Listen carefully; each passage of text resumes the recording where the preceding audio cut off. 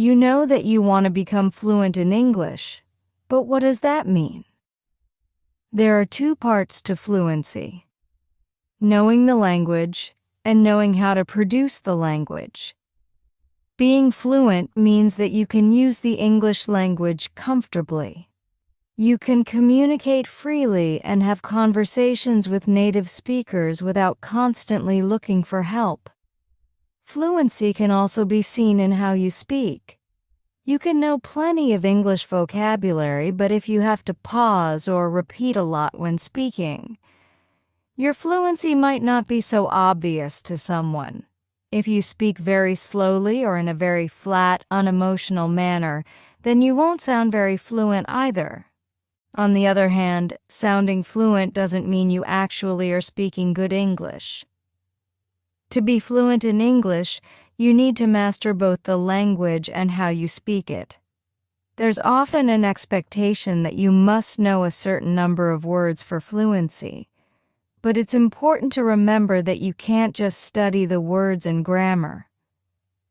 It can be scary, but you'll also need to practice speaking. The tips below will help you master your speaking skills so that you can speak proper English and sound good doing it.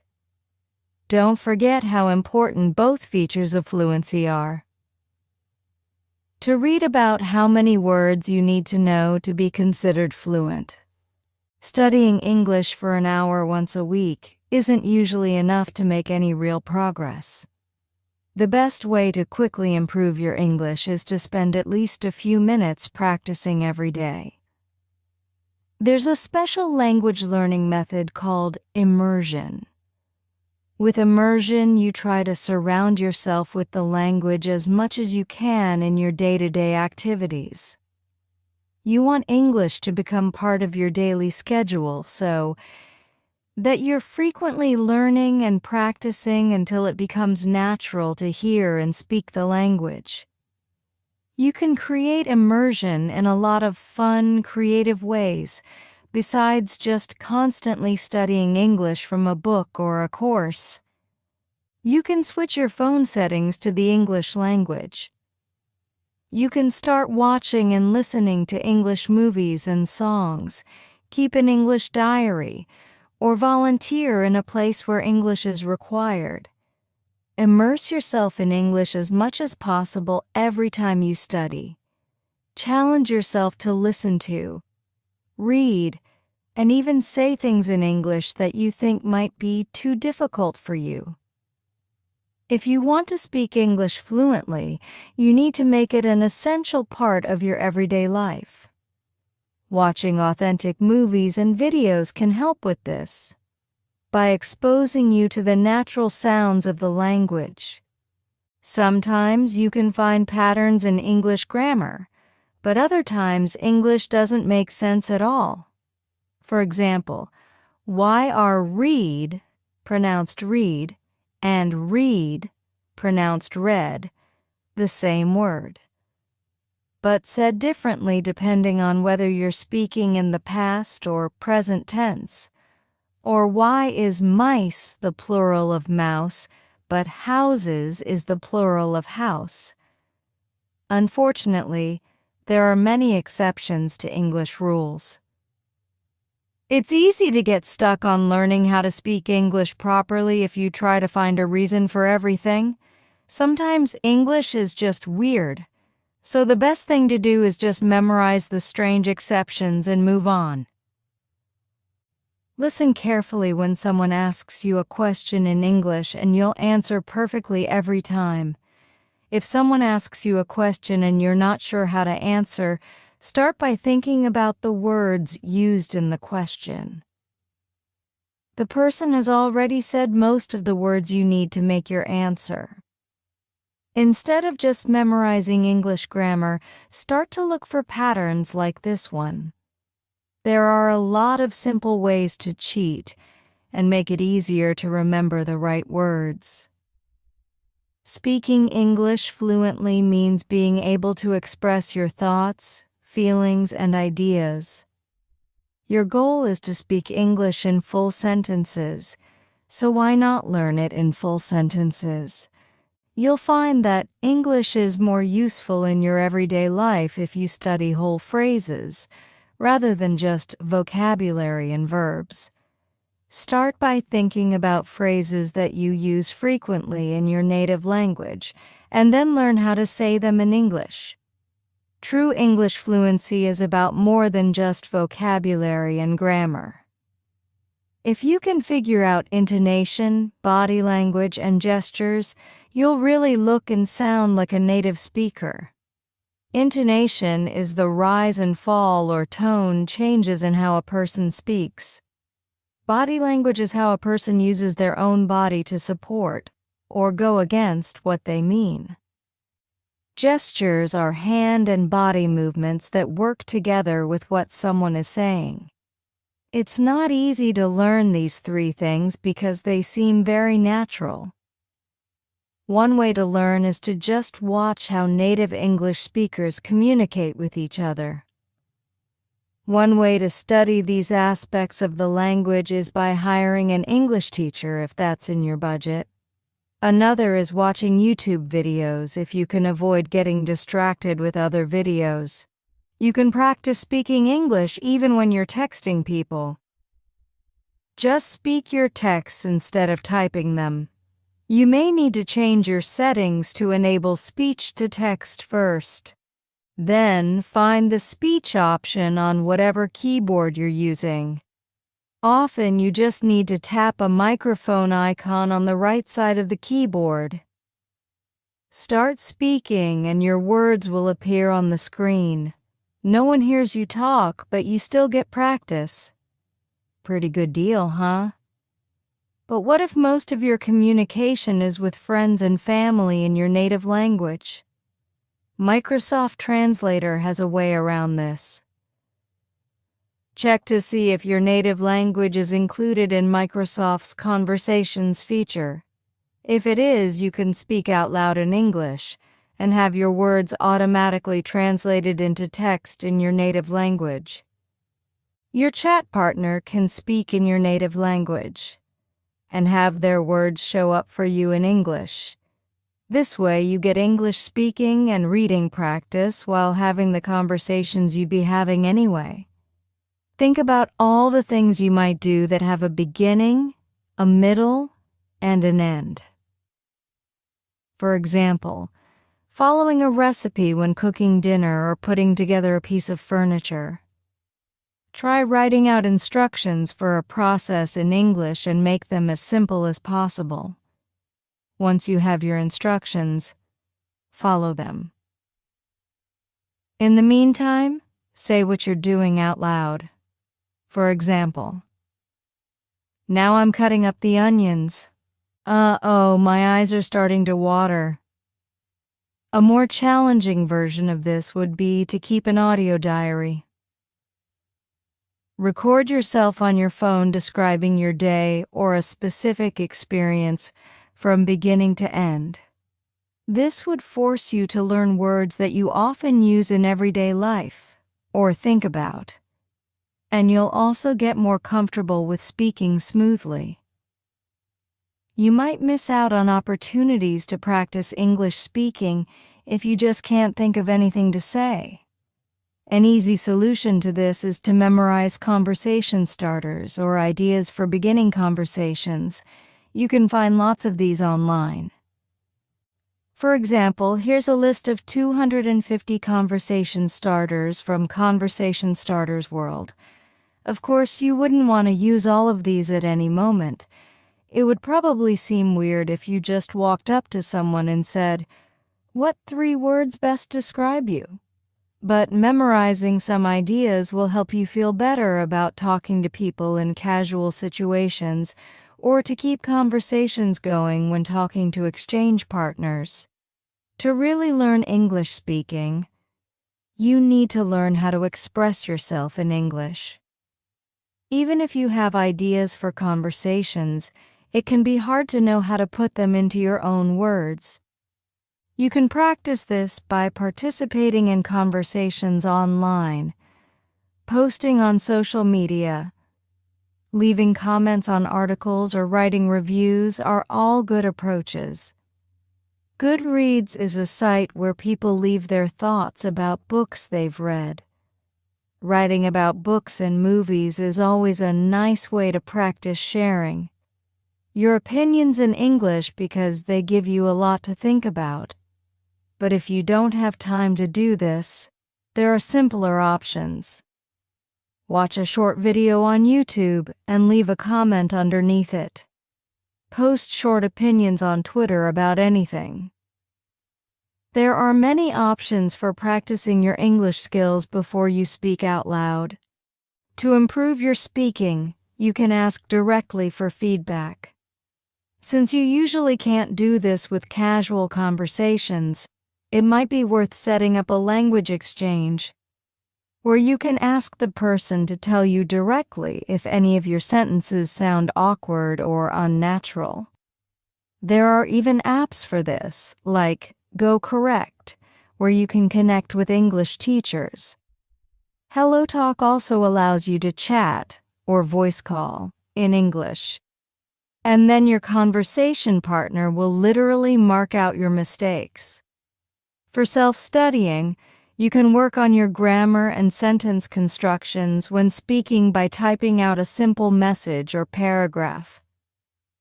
Try running this through Grammarly to check your grammar. Afterwards, correct any mistakes you might have made, then try reading everything out loud. Podcasts and audiobooks don't just make for amazing English listening practice, they can help with your speaking too. Most of the top English podcasts have word-for-word transcripts. What you can do is download the transcript and then try reading the first few lines out on your own. Then play the podcast while reading along out loud, matching the speed and accent of the speaker. This is a handy technique called shadowing, which can really help with your intonation and pronunciation. Of course, choose a podcast that matches the type of English you're learning. This would usually be American or British English, since you'll also have to imitate the accent. While you should be focusing on learning standard English, it can be helpful to know English slang words and phrases so that you can stay current and understand modern English speech. Slang is always present, especially online, so you can't really avoid seeing it. Knowing slang, idioms, and other casual expressions can improve real English fluency because they can let you follow along with the kinds of conversations that happen today. While there's no single correct English, if people have trouble understanding you, it'll be hard for you to speak confidently. There's no magic to improving pronunciation. You just need to learn the mechanics and then practice. It's all about how you move your mouth and use your lips, tongue, and throat. For this, you should watch native speakers while they're talking and observe not just what they say, but how they say it. It's also helpful to know about well-known pronunciation issues. Sounds like th and r are difficult for a lot of English learners, but your native language has a major impact on your pronunciation. Try looking up the most common pronunciation mistakes made by speakers of your native language. When most students listen to a native English speaker, they focus on understanding what all the words mean. This is definitely important, but there's a lot more you can learn from listening. If you listen closely to English speakers, you'll notice that sometimes vowels in English are pronounced as such as in the again and reason. This is called the schwa sound. It's the most common sound in the English language, but most English learners don't notice it, which leads to sounding a bit different from a native speaker. In English, words also aren't pronounced in a disconnected way. Sometimes one word flows into another. For example, leave it and no idea both sound like they have no spaces between the words. Native speakers do this a lot. Try to remember these details the next time you speak, and your English will begin to sound more natural. When we think of practicing a language, we often think of putting ourselves in situations where we have to use the language. But the truth is, a lot of confidence and fluency come from actually speaking. This technique can help you do a lot more of that. Think about your favorite books. Even if you don't have any favorite books that were written in English, you can probably find some in English translations. For example, the Harry Potter series has been sold all over the world. Take any English language book that you already enjoy and record yourself reading it in English. This will take you a while, of course, but it's a way to practice your English pronunciation every day in a way that's fun and interesting for you. Once you finish recording the book, you'll have a homemade audiobook of it to listen to, which will give you a way to practice your listening skills too. Use the same technique described above to learn English in general while also practicing your speech. For example, let's say that you'd like to get better at talking to waitstaff. Maybe you see a blog post that includes examples of English conversations to have in restaurants. Instead of just reading the post and trying to remember the examples, record yourself reading it. This will give you multiple opportunities to remember the material. When you first read it, when you read it out loud, and when you listen to yourself reading it later. Stop thinking of yourself as someone who is learning English, and start thinking of yourself as someone who speaks English. It's a small change, but it'll make you feel more confident and help you to better use the English you already know. This also means you need to start thinking in English. If you want to say the word apple in English, for example, you probably think of the word in your native language first, and then try to think of the correct word in English. Instead, try imagining a picture of an apple, and then just think of the English word apple. Real fluency happens when you stop mentally translating conversations. This is the biggest step from learning English to just being an English speaker. Fluency is a very high level to reach and will take a long time to achieve, so becoming fluent can be a pretty unclear goal. Having such a big, non-specific target won't be helpful in planning out your studies. That's why you should think of more concrete and obvious goals that can lead you to fluency. By themselves, they may seem like small steps, but altogether they'll provide a steady path in your English learning journey. Good goals should be specific and achievable. When setting a goal, you should decide exactly what you want to learn and how long you want to spend learning it. Make sure that the goals you set are reasonable and challenging enough to keep you motivated. You want to achieve your goals without overstressing yourself. You might find some parts of the English language are especially difficult for you. These weak spots can be anything: grammar usage, pronunciation, sentence formation, and so on. It's important that you find out what they are so that you can focus on improving them.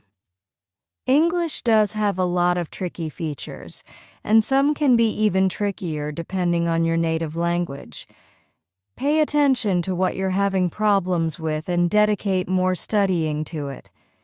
You want to make sure you improve in all parts of the English language without lagging behind in any of them. Sometimes it can be difficult to put all those rules and words together into a simple sentence. Don't let the fear of saying something wrong stop you from speaking at all. Even if you think you're making a mistake, keep speaking anyway. Most of the time, people will understand what you're trying to say. Even if you make a mistake, Plus, the more you speak, the easier it gets, and the faster the right words will come to mind. Don't be afraid to make mistakes, but also make sure that you understand them. When you know that something went wrong in your English conversation, make a note of it in your mind, or better yet, on paper. In your own time, study what exactly made you trip up. Did you use the wrong vocabulary? Was something pronounced incorrectly? Maybe you were using the wrong tense in your sentences. Mistakes are inevitable and necessary, but to lower the chance of repeating the same mistakes, you must learn and not run away from them. Reviewing what you learn is just as important as, well, actually learning. Without proper review, you can easily forget a lot of previously learned material. This can greatly slow you down in your path to fluency.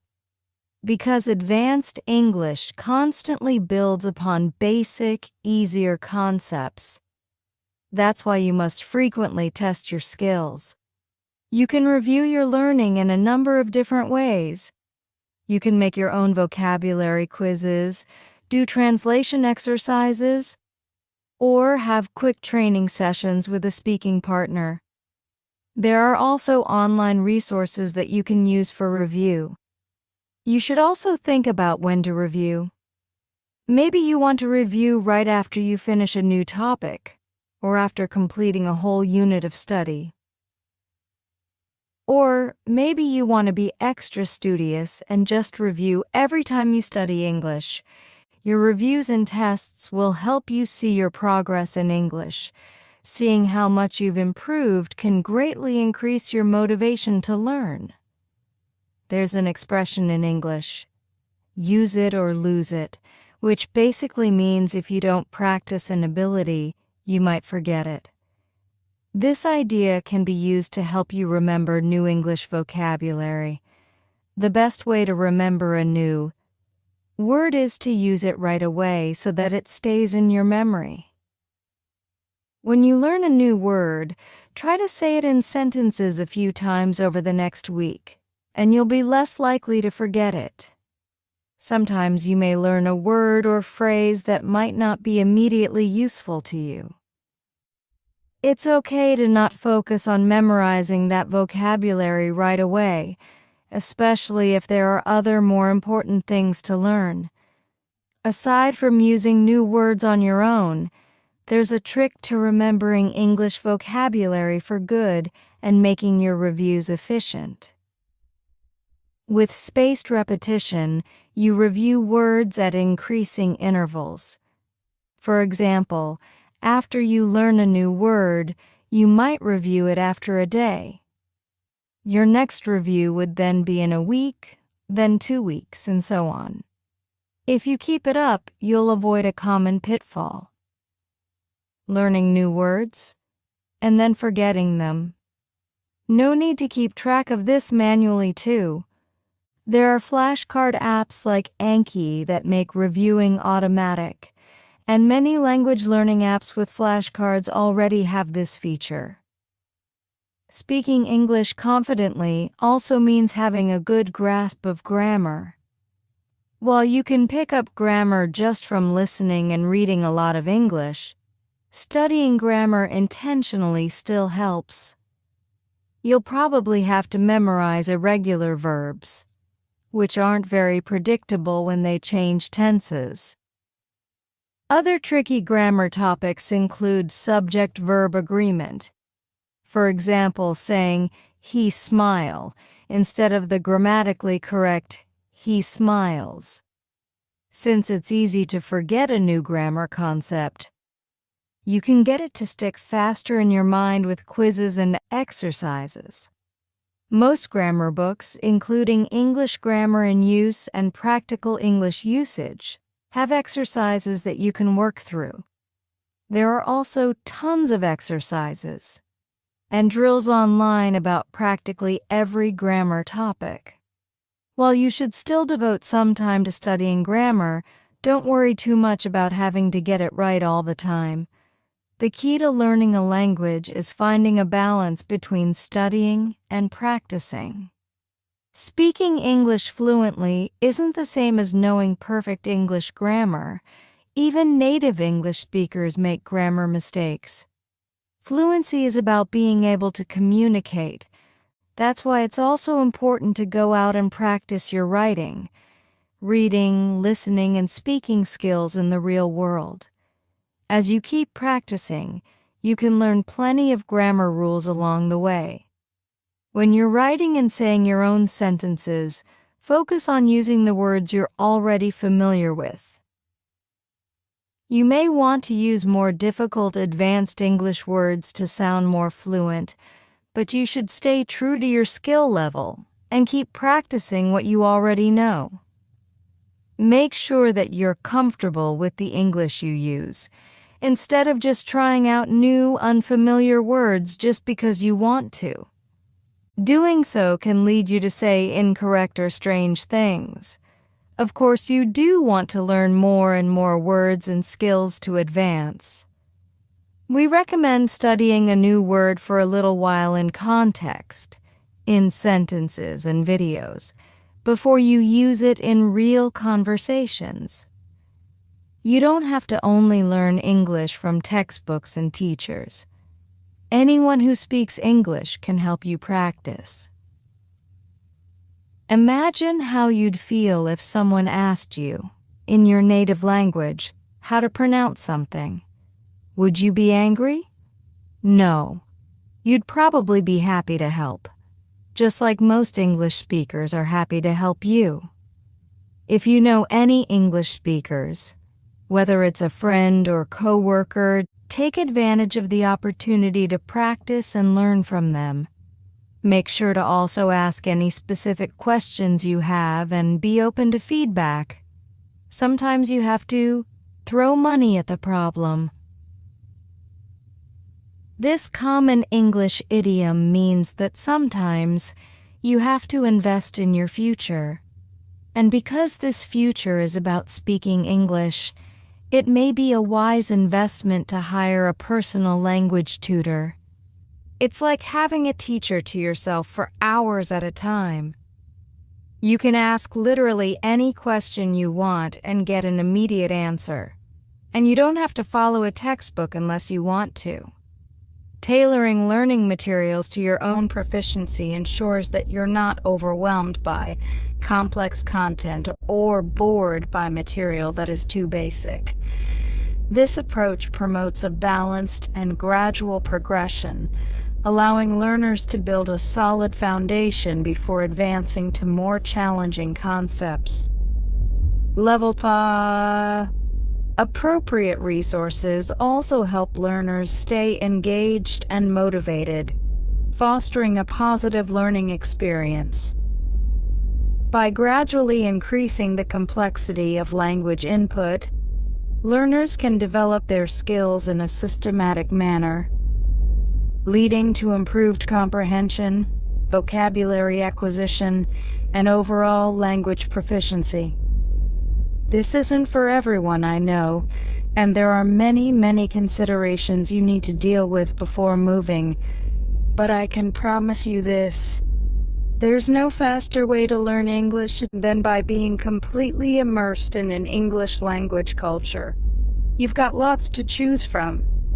The United States of America, of course, but also the United Kingdom, South Africa, Australia, Canada, and plenty of smaller countries too.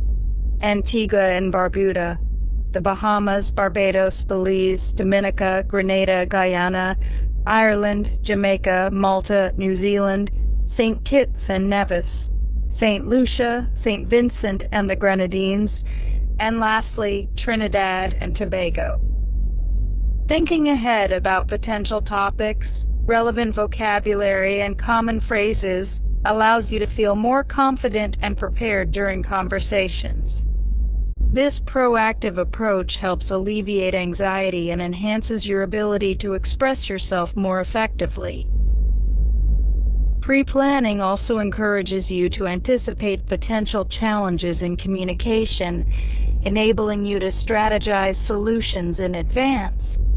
Additionally, it allows individuals to focus on specific language aspects they aim to improve, such as pronunciation or grammatical structures.